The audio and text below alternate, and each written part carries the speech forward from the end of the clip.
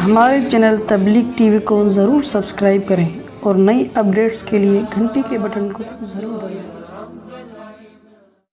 آپ کو پتہ ہے نا کہ صحابی حضرت ماعز رضی اللہ تعالیٰ عنہ سے زنا ہو گیا تھا، نبی کے پاس آئے، یا رسول اللہ میں شادی شدہ ہوں، مجھ سے زنا ہو گیا ہے، مجھے سزا دیں، میں چاہتا ہوں دنیا میں پاک صاف ہو کے جاؤں۔ کیسی توبہ ہے بھائی، ان کو پتہ ہے پتھروں سے مارا جائے گا۔ نبی نے چہرہ انور کو پھیر لیا، کیونکہ حکم یہی ہے۔ وہ دوبارہ آئے دوسری مجلس میں، سزا دیں، پھر پھیر لیا، پھر آئے سزا دیں، پھر پھیر لیا آپ نے، پھر چوتھی دفعہ آئے، پھر آپ نے صحابہ کو حکم دیا جاؤ ان کو جا کے رجم کرو۔ پھر صحابہ کرام نے پتھروں سے ان کو رجم کرنا شروع کیا، تو جب ظاہر پتھر لگے ان کے سر پہ تکلیف ہوئی تو وہ میدان سے فرار ہو گئے، تو صحابہ ان کا پیچھا کر کے گئے اور ان کو شہید کر دیا۔ تو آپ صلی اللہ علیہ وسلم نے فرمایا جب وہ بھاگ گئے تھے تو تم نے ان کو چھوڑ کیوں نہیں دیا؟ لیکن یہ دیکھو کہ کتنا بڑا جگرا ہے نا۔ اب اگر کوئی ان کے زنا کو دیکھے کہ شادی شدہ ہو کے زنا کیا، یہ معاذ اللہ یہ ہوتے ہیں صحابہ، تو بھائی ایسی توبہ کوئی کرتا ہے؟ اور یہ تو چلو مرد تھے، مرد کا دل مضبوط ہوتا ہے۔ جوہینہ قبیلے کی ایک عورت نبی کے پاس آئی، صحیح مسلم کی حدیث ہے، جوہینہ قبیلے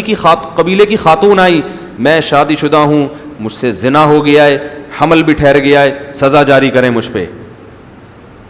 آپ نے چہرے کو پھیر لیا، دوبارہ آئیں، پھر پھیرا، تیسری بار۔ اگر ہوتا ہے نا وقتی جوش بعض دفعہ چڑھ جاتا ہے تو دوبارہ تھوڑی آتی، کہتے بھائی نبی نے تو چہرہ پھیر لیا، نبی جب سزا نہیں دینا چاہ رہے تو میں کیوں آؤں؟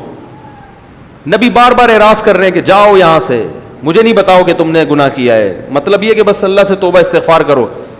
بار بار آ رہی ہیں، ایک فکر لگی ہوئی ہے کہ پتہ نہیں یہ میری توبہ جاندار ہے بھی یا نہیں ہے۔ تیسری چوتھی دفعہ آئی تو آپ نے صحابہ کو حکم دیا، پھر آپ نے فرمایا کہ ابھی تمہارے پیٹ میں بچہ ہے، تمہیں ہلاک کریں گے وہ بھی ضائع ہو جائے گا، اس کا تھوڑی قصور ہے کوئی۔ بچہ پیدا ہو گیا، کتنا ٹائم لگتا ہے، پھر آئیں، اب تو بچہ پیدا ہو گیا، فرمایا ابھی تو بچے کو تمہاری ضرورت ہے، ابھی تو تم اس کو دودھ پلا رہی ہو، تمہیں مارنے سے کس کا نقصان ہے؟ تو جب تقریباً 7 سال کا ہو گیا نا بچہ،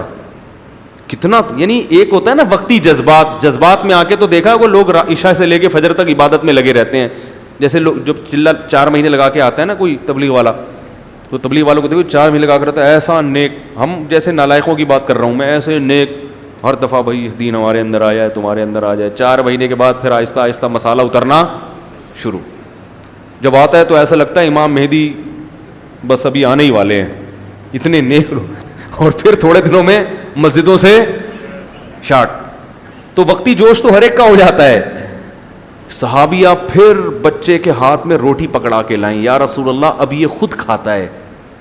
اب اسے میری ضرورت نہیں ہے۔ آپ نے حکم دیا کہ رجم کیا جائے، رجم کیا گیا، تو پھر نبی نے حکم دیا کہ میں نماز جنازہ پڑھاؤں گا ان کی۔ صحابہ نے کیا، یا رسول اللہ ایک زانی عورت کا آپ نماز جنازہ پڑھا رہے ہیں جس نے زنا کیا، بدکاری کی۔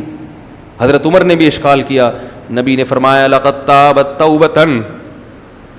لو قسمت بین 70 من اہل المدینہ لوسعتہم، اے عمر ایسی توبہ کی ہے کہ اگر 70 کبیرہ گناہوں کے مرتکب لوگوں میں اس کی توبہ تقسیم کر دی جائے تو 70 لوگوں کی مغفرت کرنے کے لیے اس ایک عورت کی توبہ کافی ہے۔ تو کیسے نماز جنازہ، اتنی مبارک عورت ہے، تو پتہ یہ چلا کہ کسی کا صرف گناہ نہیں دیکھا جاتا، اس کی توبہ بھی دیکھی جاتی ہے۔ اور اسی طرح یاد رکھو کہ ہر آدمی کو ایک لاٹھی سے مت ہانکا کرو۔ بعض اداکارائیں ہیں جن کی زندگی بڑی فحاشی میں گزری، بعض ایکٹر ہوتے ہیں بڑی برائی میں زندگی گزری، اب وہ تھوڑا سا دین کی طرف آ رہے ہیں، کچھ پرانے جراثیم باقی ہیں، کچھ اچھی چیزیں پیدا ہو گئیں، تو لوگ ان پرانے جراثیم کو تو ہائی لائٹ کرتے ہیں، اب دیکھو ابھی بھی چہرہ کھول کے میک اپ کر کے ٹی وی میں آ رہی ہے، ارے پہلے ڈانس کرتی تھی، اب کم از کم سر پہ دوپٹہ رکھ لیا، تو خوشی مناؤ نا کہ چلو پہلے سے کیا ہو گیا۔ اب آپ اس کو قیاس کر رہے ہو کسی عالمہ پر، کسی مفتیہ پر، کہ وہ ان کے تو کبھی ناخن بھی نظر نہیں آیا اور اس کے صرف دوپٹہ پہن کے آ رہی ہے۔ تو ہر ایک کو ایک لاٹھی سے، ہر ایک کے الگ ہوتا ہے نا، وہ جس ماحول میں رہے ہیں اس ماحول میں، تو یہ بھی بڑی غنیمت ہے۔ تو پازیٹیو سوچ کو معاشرے میں پروموٹ کرنا چاہیے۔ وہ جنید جمشید کا کیا حشر کیا تھا،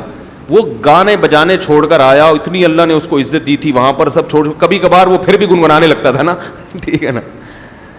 غلط تھا, نہیں گانے وانے نہیں گانے چاہیے, لیکن یہ تو دیکھو یار اتنی بڑی قربانی دی, اب ایک آدھ باجا کبھی کبھار بجاتا ہے تو غلط کرتا ہے, لیکن آپ اس کی جگہ ہو کر اگر سوچو کہ جو اسٹیج پہ ناچنے والا تھا اس نے داڑھی رکھ لی اور اس کے لیے اتنی بڑی قربانی,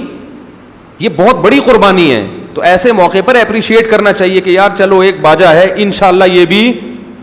چھوٹ جائے گا. لیکن کمنٹس دیکھو لوگ, اب یہ کیا توبہ کی ہے. اور اسی طرح جو فنکارہ ہیں, اداکارہ ہیں, کچھ ہیں ایسی ایکٹریسز ہیں جو فلمیں بناتی تھیں, ڈانس ماس کرتی تھیں, وہ آ کے نعتیں پڑھ رہی ہیں